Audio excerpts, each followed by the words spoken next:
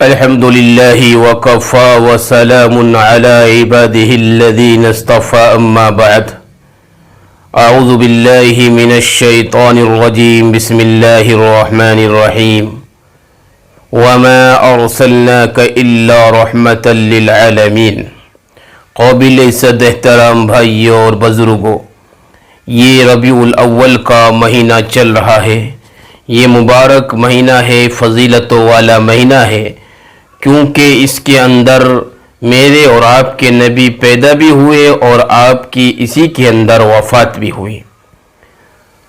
تو یہ جو مہینہ آتا ہے ہر سال، یہ مہینہ پوری امت کے لیے ایک سبق اس کے اندر ہمیں دیا جاتا ہے اور پوری امت کے لیے ایک درس اس کے اندر دیا جاتا ہے۔ وہ ہے میرے اور آپ کے نبی صلی اللہ علیہ وسلم کی حیات مبارکہ، آپ کی سیرت اور آپ کی سنت۔ یہ مہینہ ہر سال ہمیں بتا کر چلا جاتا ہے کہ اس مہینے میں مبارک ہستی اور مبارک شخصیت اس مہینے کے اندر آئی، جس نے تمام دنیا سے کفر و شرک اور بدعت کا خاتمہ کیا، برائیوں کو مٹایا اور بھلائیوں کو عام کیا۔ لیکن جب ہم آج اپنے زمانے کی طرف دیکھتے ہیں تو ہمارے اندر وہ ساری چیزیں پائی جاتی ہے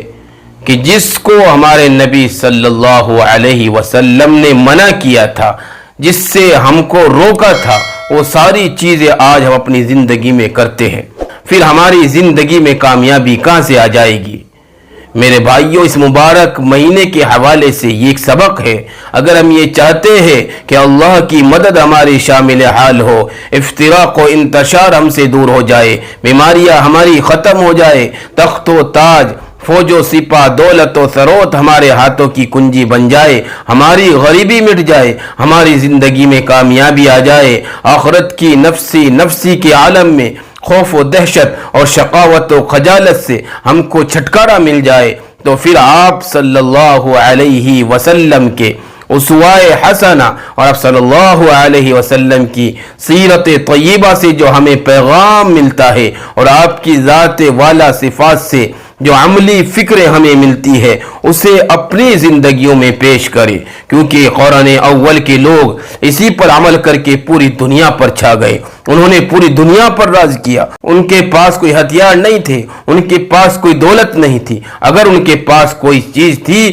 تو وہ سنت رسول صلی اللہ علیہ وسلم تھی، کہ انہوں نے سنت کو اپنی زندگیوں میں لائے، کہ انہوں نے سنتوں پر عمل کیا، اپنے نبی سے محبت کی، اور اس عمل کی برکت سے پوری دنیا پر وہ لوگ چھا گئے اور پوری دنیا پر انہوں نے راج کیا اور پوری دنیا پر وہ لوگ چھا گئے اور اللہ کو راضی کر کے اس دنیا سے رخصت ہوئے ہیں۔ یہی اصل ہماری زندگی کی کامیابی ہے کہ ہم جب اس دنیا سے رخصت ہو تو اللہ ہم سے راضی ہو۔ ایسا نہیں ہے کہ آپ صلی اللہ علیہ وسلم کی زندگی کو سامنے رکھ کر عمل کرنا مشکل ہو، اپنے تمام کاموں کو چھوڑ کر کوئی ایک راستہ اپنانا پڑے، بلکہ اللہ تبارک و تعالیٰ نے آپ صلی اللہ علیہ وسلم کی سیرت اور آپ صلی اللہ علیہ وسلم کی زندگی کے ہر پہلو اور ہر باب کو امت کے لیے نمونہ بنایا ہے۔ ہم کہیں بھی ہو، کسی بھی حال میں ہو، آپ صلی اللہ علیہ وسلم کی سیرت ہر جگہ ہماری رہنمائی کرنے والی ہے۔ میرے عزیزو، اللہ کے نبی کے اسوہ کی مثال تو ایسی ہے، آپ کے طریقے کی مثال تو ایسی ہے کہ مثلا کوئی شخص درزی کو ایک کپڑا دے اور نمونے کے طور پر ایک قمیص بھی اس کو دے، پھر درجی سے کہے کہ یہ کپڑا اس نمونے کا سل دو، اس کی فٹنگ بالکل نمونے کے مطابق ہونی چاہیے۔ اب اگر درزی نمونے کے مطابق کپڑا سل دیتا ہے تو وہ مزدوری کے ساتھ انعام کا بھی مستحق ہے،